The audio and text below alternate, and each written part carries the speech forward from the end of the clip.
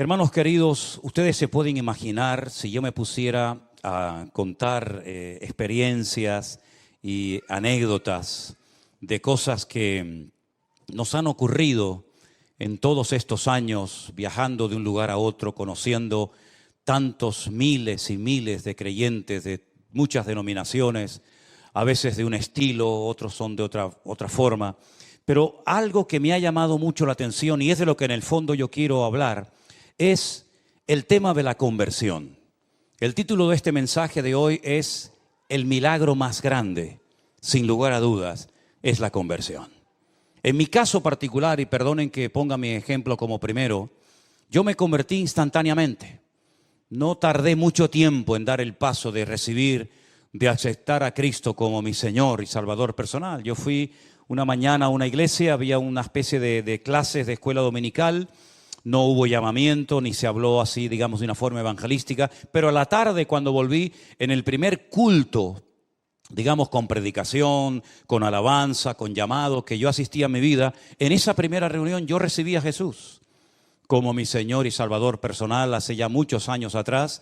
Y no me costó recibir a Cristo, ni muchísimo menos. Creo que ha sido la decisión más sabia y la mejor decisión que he tomado en toda mi vida. Y no me arrepiento jamás de haberla tomado. Me hubiera gustado recibir al Señor antes, pero el Señor tiene estipulado tiempos, ¿verdad? Y ocasiones para cada uno de nosotros. Pero observando cómo se convierten algunas personas, es algo que a mí siempre me ha llamado la atención. Porque hay, por ejemplo, personas que se han convertido, no muchos, he conocido algunos, solos. Leyendo a lo mejor la Biblia o en la habitación de su casa, poniéndose de rodillas y pidiendo perdón por sus pecados o como sea, se han convertido solos, sin que nadie les predicara, sin ir a ninguna iglesia, sin escuchar a ningún pastor predicar, solos en su casa o en su coche o donde sea, se han convertido al Señor. No es lo común, no es lo habitual. La Biblia dice, ¿cómo creerán si no hay quien les predique? ¿Verdad? Pero hay personas que se han convertido solas. No sé si aquí en esta tarde entre nosotros o en casa viéndonos en sus hogares hay alguna persona que puede decir, sí, yo me convertí solo o sola, ¿no? Pero yo digo, no es lo normal. Pero he visto que hay personas que se han convertido después de un largo proceso. Personas que han estado asistiendo días, semanas, meses, no sé si años a una iglesia. Y al final, después de haber escuchado docenas de sermones, de haber cantado muchas canciones y de haber oído muchos testimonios, finalmente toman el paso de aceptar al Señor Jesús como su Salvador personal, ¿verdad? Sin embargo, hay otras personas como yo que lo hicimos instantáneamente y hay otras personas que se han convertido, pero les ha costado. Han tenido que tocar fondo, lo han perdido ya todo, menos la vida.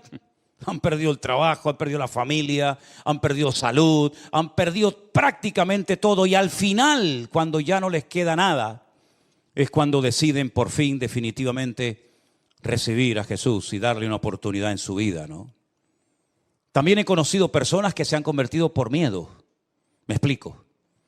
Miedo ante la condenación eterna, miedo ante el juicio venidero, miedo ante estar eternamente excluido de la presencia de Dios. Y por temor, ¿verdad? Por miedo, ese miedo sano y irreverente, han decidido cambiar de vida y seguir a Cristo todos los días de su vida, ¿verdad? Dice la Biblia que el principio de la sabiduría es el temor a Dios.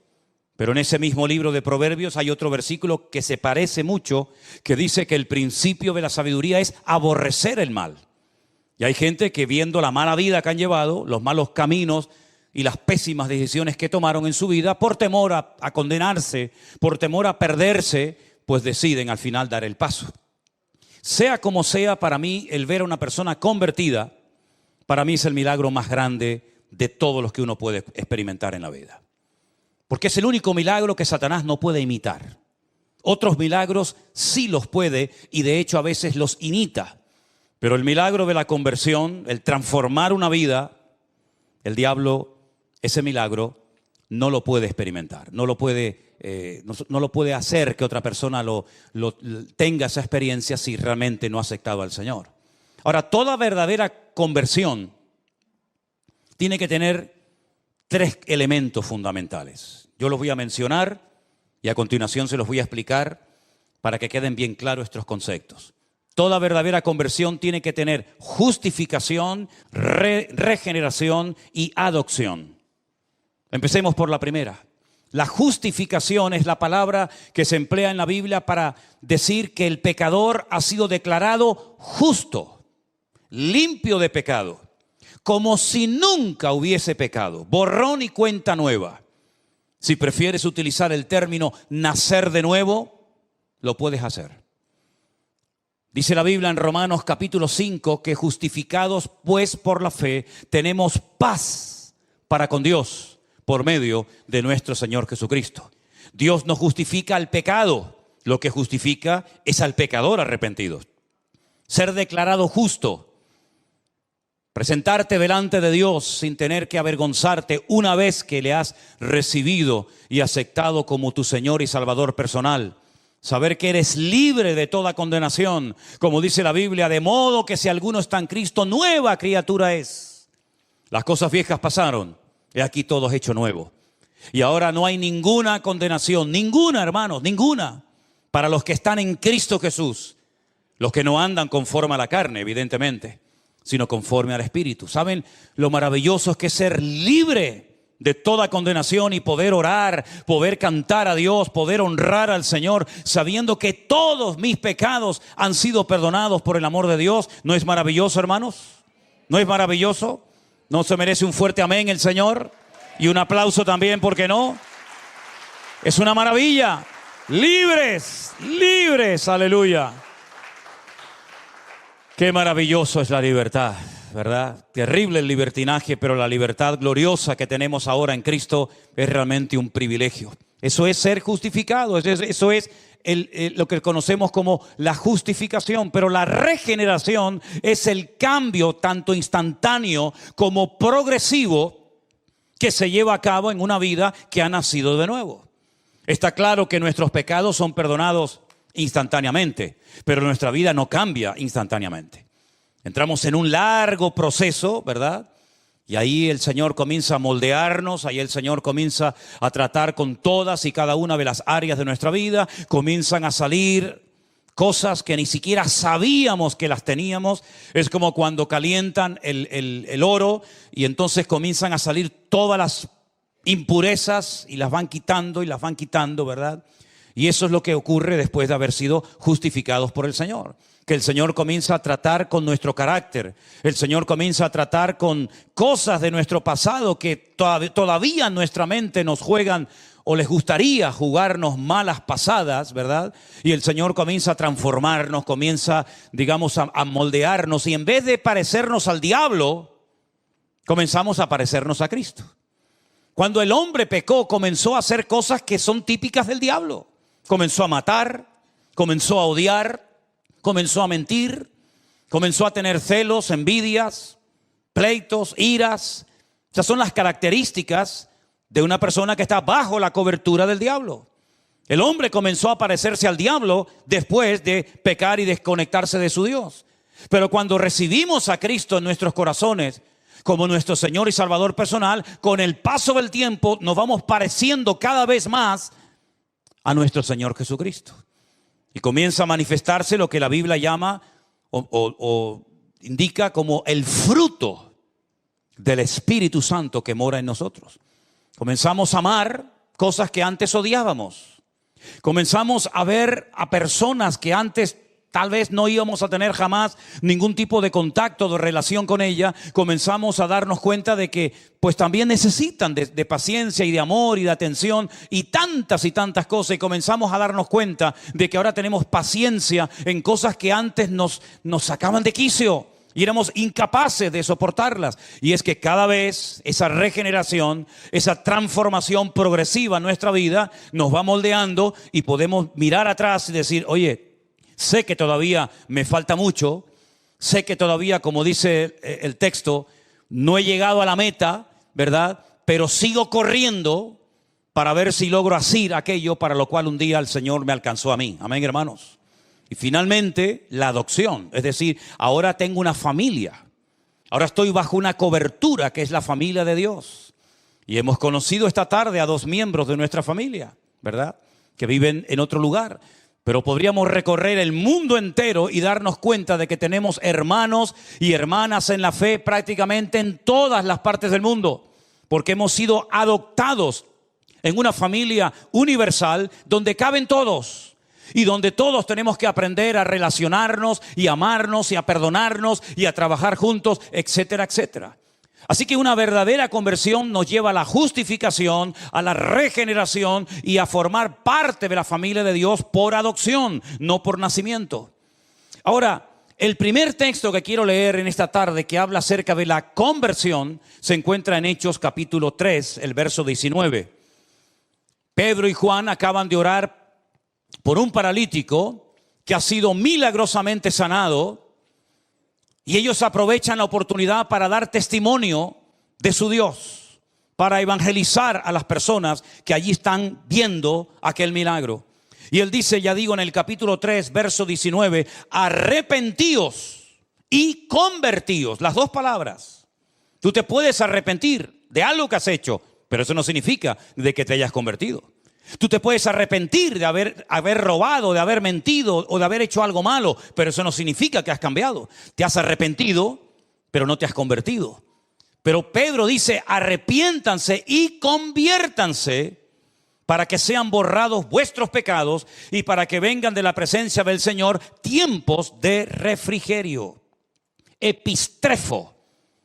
Esa palabra rara, esa palabra griega es la palabra que se traduce en el Nuevo Testamento como la palabra convertidos o conversión, epistrefo, que significa dar la vuelta, dar marcha atrás, cambiar de dirección, ir en una dirección contraria a la que iba. Lógicamente, una verdadera conversión se produce cuando hay un verdadero y genuino arrepentimiento por nuestra parte.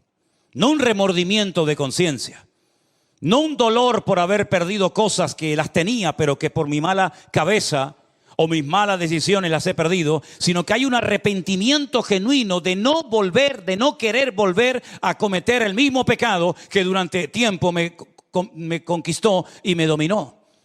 Cuando hay un verdadero arrepentimiento, se puede decir que hay una verdadera conversión y un genuino deseo de cambiar.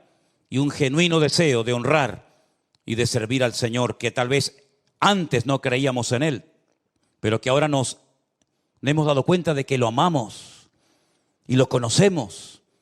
Y de alguna manera queremos esforzarnos por servirle y por honrarle todos los días de nuestra vida. Ahora, no tenemos que confundir el venir a la iglesia con convertido. Porque hay gente que puede venir a la iglesia toda su vida.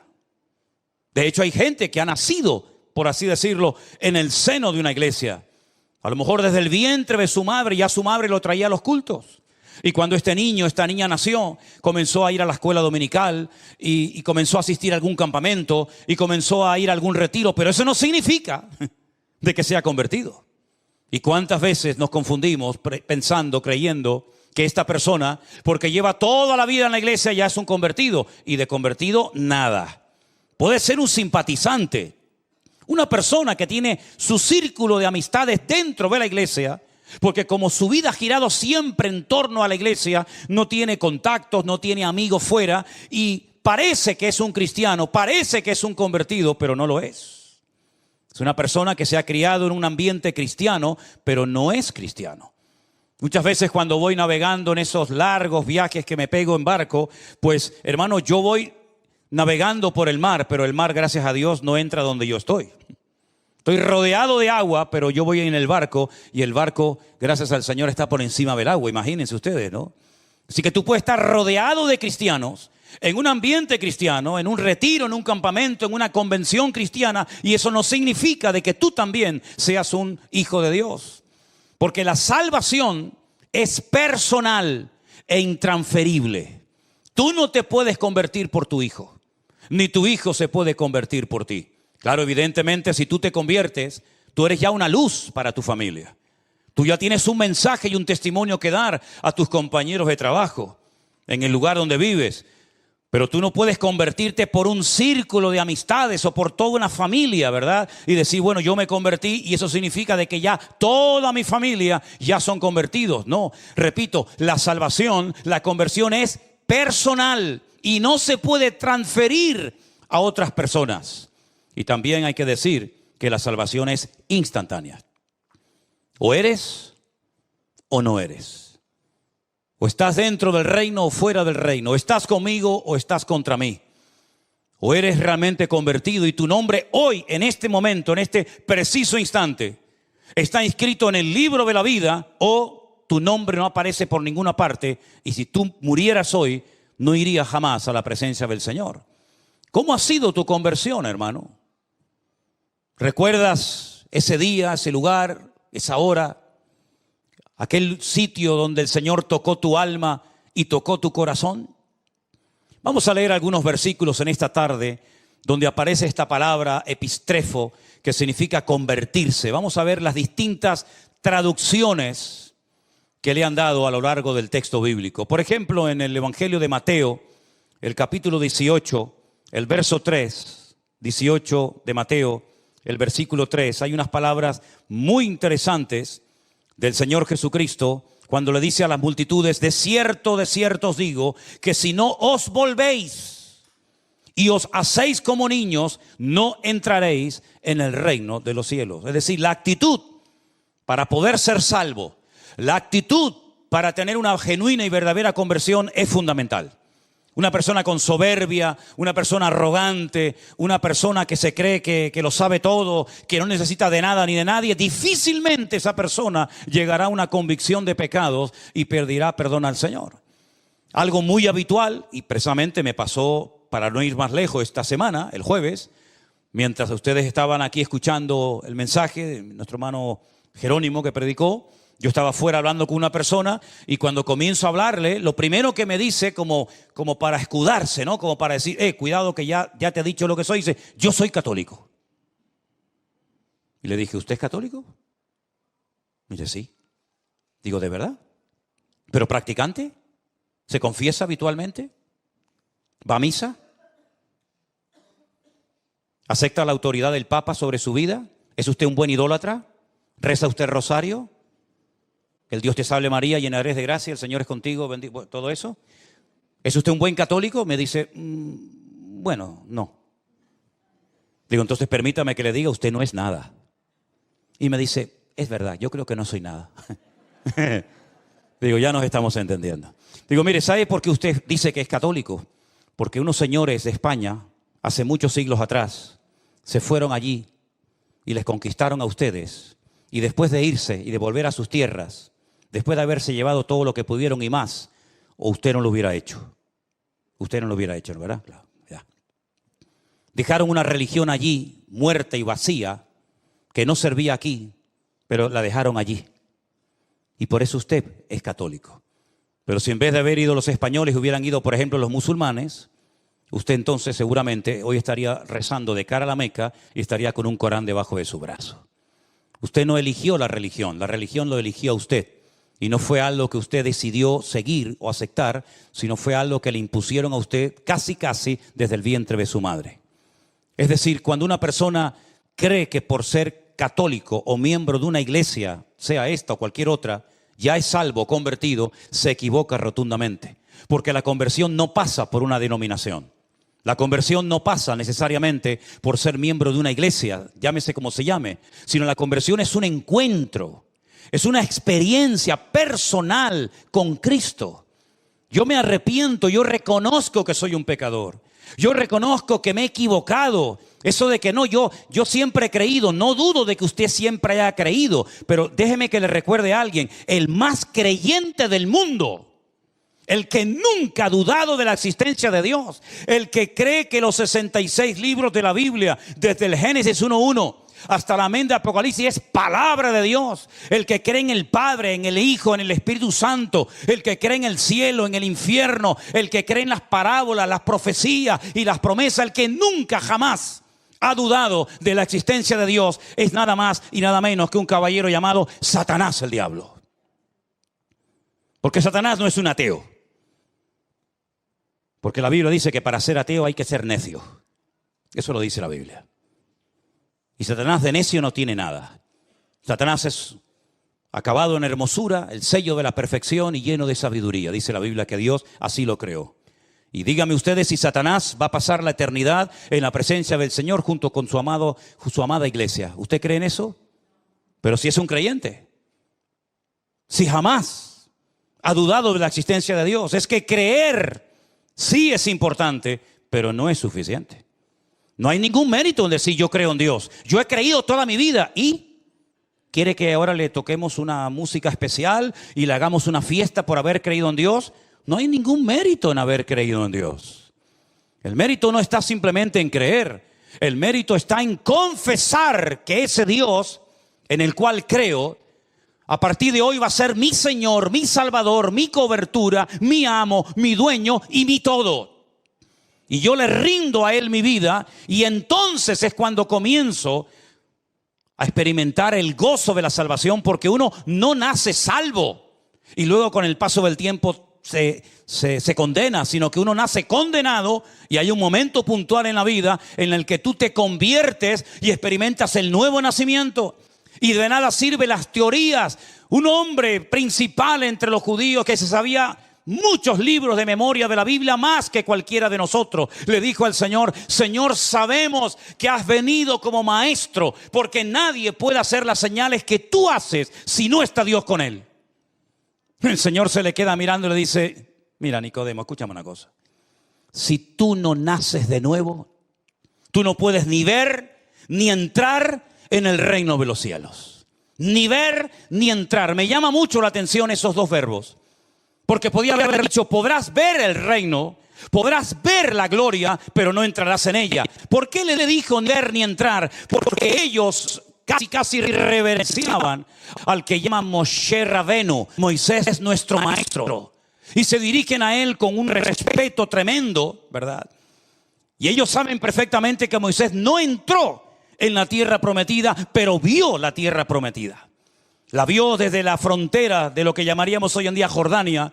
El Señor le dijo: no vas a entrar, te lo he dicho, pero te voy a permitir ver la hermosura de la tierra prometida. Y dice que milagrosamente le permitió ver toda la tierra de Canaán, toda la tierra que fluye leche y miel, pero no entró en ella. Pero en el caso tuyo, Nicodemo, toda la Torá que te sabes de memoria, todos los 613 mandamientos que has aprendido de memoria desde tu más tierna infancia, toda tu circuncisión y todo lo que te sabes de memoria no te va a servir ni siquiera para ver el reino si no naces de nuevo. Así que tienes que nacer de nuevo para poder ver, para poder entrar y para poder disfrutar de ese reino. Y lo dejó planchado porque no entendía nada. Y le dice: pero esto es imposible. Pero lo que me estás proponiendo es que me vuelva otra vez a meter en el vientre de mi madre y nacer de nuevo. Yo no puedo hacer eso. No hay nadie que pueda hacer eso. Y el Señor le explica que no es ese tipo de nacimiento, ¿verdad? Sino es el nacimiento espiritual, ese encuentro con Cristo, ¿verdad? Y como he dicho en varias ocasiones, si tú has nacido una vez, vas a morir 2 veces. Pero si tú has nacido 2 veces, solamente vas a morir una sola vez. Algunos dirán: no entendí nada. Pues ahí te lo dejo. Te lo vuelvo a repetir: si has nacido una vez, mueres 2 veces. Y si has nacido 2 veces, solamente morirás una sola vez. La semana que viene le explico por qué. Eso es lo que dice la palabra. Que tenemos que hacernos como niños. Hay un cambio de actitud. Ya no me escudo, ya no me escondo detrás de una enseñanza religiosa, llámese como se llame, sino que incluso tengo que tener la actitud de un niño dependiente de mi Dios y de mi Padre, sabiendo que no es por mis méritos, por mis buenas acciones, por mis buenas obras que obtengo en la salvación de mi alma, sino por los méritos de aquel que nosotros lo llamamos nuestro Señor Jesucristo. ¿Cuántos dicen amén? Hay otro texto en Lucas, capítulo 22, verso 32, donde también aparece esta palabra griega que ya la hemos mencionado. Lucas 22, 32. Priscila nos va a leer ese texto, por favor. Pero yo he rogado a ti que tu fe no falte, Y tú, una vez vuelto, confirma a tus hermanos. Una vez vuelto, es decir, tienes que volver. ¿Volver de dónde? Del camino de apostasía que has escogido, Pedro. Tú te has desconectado de mí, tú has renegado de mí y de mi nombre. Tú has dicho públicamente, no lo conozco, no sé quién es ese hombre. Tienes que volverte, tienes que ir al epistrefo, tienes que volver atrás y volverte a quién, a Dios, para que Él te vuelva a perdonar, para que Él te vuelva a restaurar y poner en primera línea donde estuviste, pero que saliste porque me negaste públicamente, y todos lo sabemos, ¿verdad? Una vez más, vemos ahí cómo esta palabra se traduce como volver, retroceder. No sigas por ese camino porque vas mal. Hay un proverbio que ustedes saben, muy conocido, que dice, hay caminos que al hombre le parecen derechos, pero su fin son caminos de muerte. Si la hermana que el otro día me mandó un WhatsApp diciendo que puedo tener problemas en la mano del metacarpiano porque cojo mucho el micrófono, no se haga ningún problema, hermana. Estoy perfectamente de los metacarpianos y de todas esas vainas. Hechos capítulo 26. Gracias por su preocupación, hermana, pero cada día estoy mejor. Diga al débil, fuerte soy. Y Él renovará nuestras fuerzas como el búfalo, dice la Biblia. Estarán vigorosos y verdes. Algunos están verdes, ¿eh? Algunos. Hechos capítulo 26, verso 16. Priscila, por favor, léemelo. Pero levántate y ponte sobre tus pies, porque para esto he aparecido a ti, para ponerte por ministro y testigo de las cosas que has visto, y de aquellas en que me apareceré a ti, librándote de tu pueblo y de los gentiles, a quienes ahora te envío, para que abras sus ojos y para que se conviertan de las tinieblas a la luz, y de la potestad de Satanás a Dios, para que reciban por la fe que es en mí, perdón de pecados y herencia entre los santificados. Para que se conviertan. Si no se convierten, lo único que tienen es una religión, pero no tienen una conversión, no tienen una relación con Dios. Y yo te he cambiado, te he librado de tu pueblo y de los gentiles, te he transformado, me he aparecido en tu camino. He quitado las escamas de tus ojos para que te conviertas en un testigo mío y vayas por todas las naciones de la tierra predicando la palabra, para que pasen la gente de las tinieblas a la luz, del equipo del diablo, de los perdedores, de los amargados y de los frustrados al reino de Dios, ¿verdad? Y para que se conviertan y convirtiéndose puedan conocerme y puedan tener el gozo de la salvación y puedan heredar la vida eterna, porque cuando una persona se convierte en coheredero con Cristo, ¿verdad? Como dice la palabra de Dios. Hay un versículo más muy interesante que va dirigido a esos hermanos que tal vez un día se congregaron, que tal vez un día incluso estuvieron sirviendo al Señor de alguna manera, pero que por el motivo que sea, se apartaron de los caminos del Señor. ¿Y qué hacemos con esta gente? ¿Qué hacemos con aquellos que parece que se querían comer el mundo y al final el mundo terminó comiéndoselos a ellos? ¿Qué hacemos? ¿Qué palabra, qué solución nos da la Biblia para que se descarrió y tomó un mal camino? Bueno, Santiago nos dice en el capítulo 5, el verso 19 y 20, estas palabras tan interesantes que tenemos que tener en cuenta en nuestra vida. Hermanos, si alguno de entre vosotros se ha extraviado de la verdad y alguno le hace volver, sepa que el que le haga volver al pecador del error de su camino, salvará de muerte un alma y cubrirá multitud de pecados. Luego existe la posibilidad de que un hermano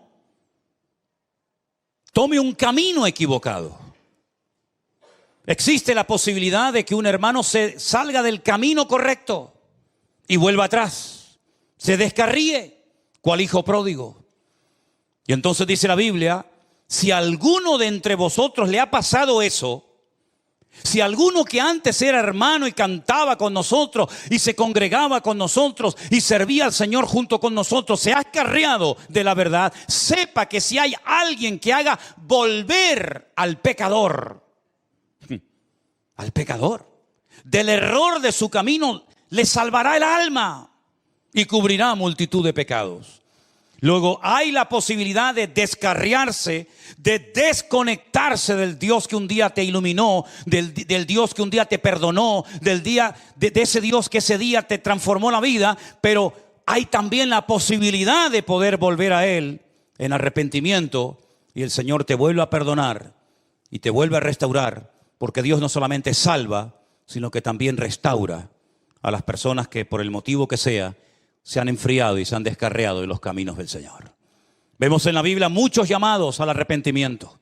No solamente aquellos llamados que hacían los profetas al pueblo de Israel cuando decían: volved, dejad vuestras obras, volved a la senda antigua, dejad la idolatría, dejad la corrupción, la avaricia, la usura, ¿verdad?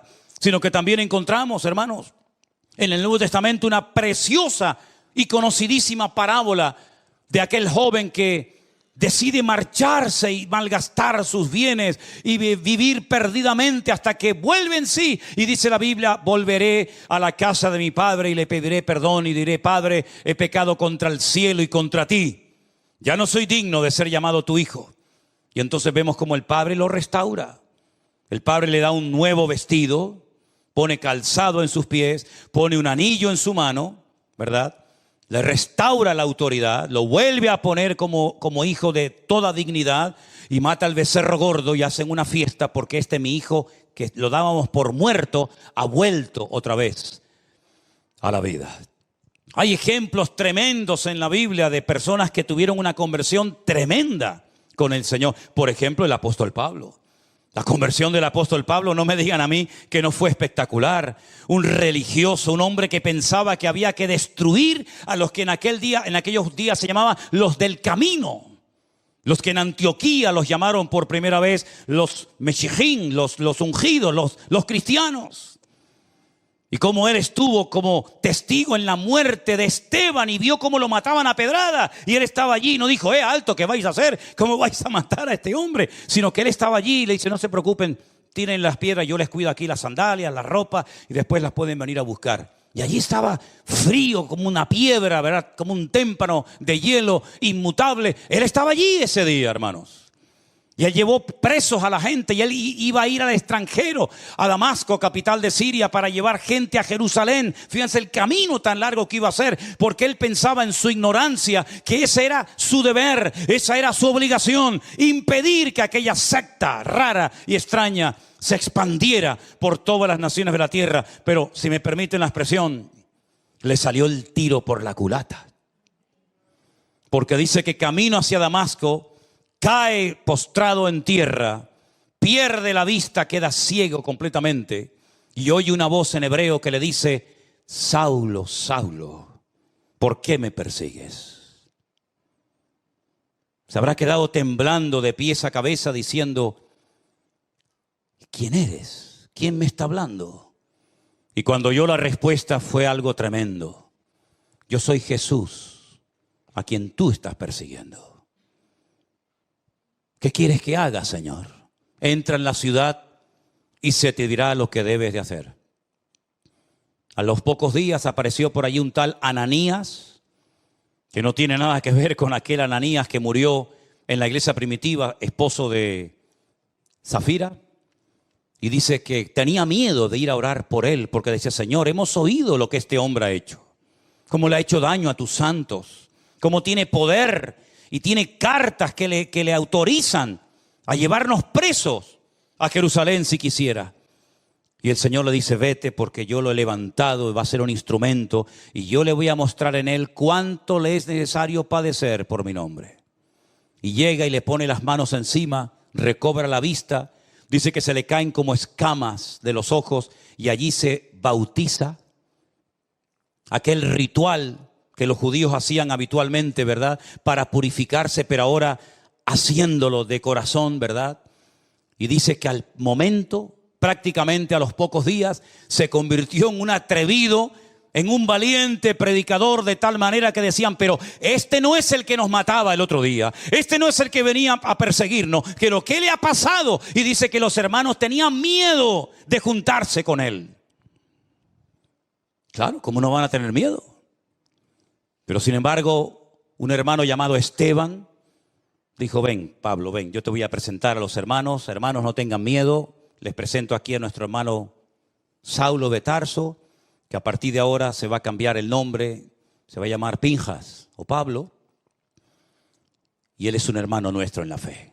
Y cómo emprenden viajes misioneros, y al final el mismo Bernabé se pone bajo la cobertura de Pablo, porque sabe que Pablo es un hombre que Dios le ha dado una gracia especial para extender el evangelio a otras naciones, y cómo después de años Pedro, incluso hablando de Pablo, dice: hermanos, nuestro hermano Pablo, al cual el Señor le ha dado una inmensa, una enorme sabiduría, y que escribe cosas profundas y difíciles de entender, las cuales los indoctos tuercen para su perdición. Como reconoce, ¿verdad?, la autoridad, la sabiduría, la unción especial que Dios había depositado en la vida de Pablo. Una conversión genuina. Pablo nunca más volvió a ser esa persona llena de odio, de amargura, de resentimiento, sino que lean la lista de lo que padeció: apedreado, azotado, torturado y tantas cosas. Una conversión genuina. Amén, hermanos.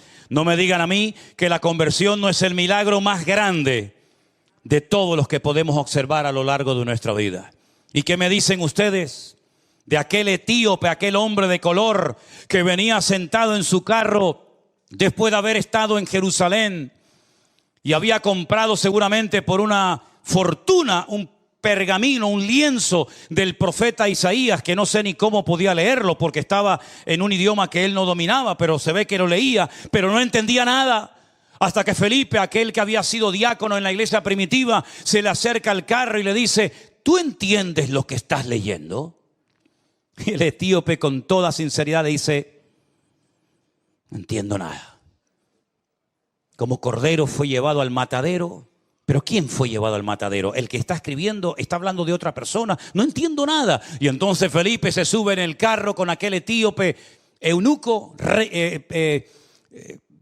miembro de la reina Candace, y comienza a hablarle y llegan a un lugar, a un oasis en el desierto donde ve agua, y Felipe se para y el etíope le dice: yo quiero ser bautizado. ¿Hay algún impedimento? ¿Hay algo que impida que yo sea bautizado? ¿Será mi color de piel? ¿Será que no soy judío? Y Felipe le dice: no hay ningún impedimento, hijo. ¿Tú crees en Jesucristo con todo tu corazón? Dice: sí creo. Dice: pues vamos a bautizarte. Una conversión genuina. Después dice la historia que fue a Etiopía, le habló a la reina Candace, y hasta el día de hoy hay una comunidad tremenda de cristianos en Etiopía, y algunos dicen que él fue el evangelista, el instrumento que el Señor utilizó para alcanzar aquella nación, ¿verdad? ¿Y qué me dicen a mí del carcelero, hermanos?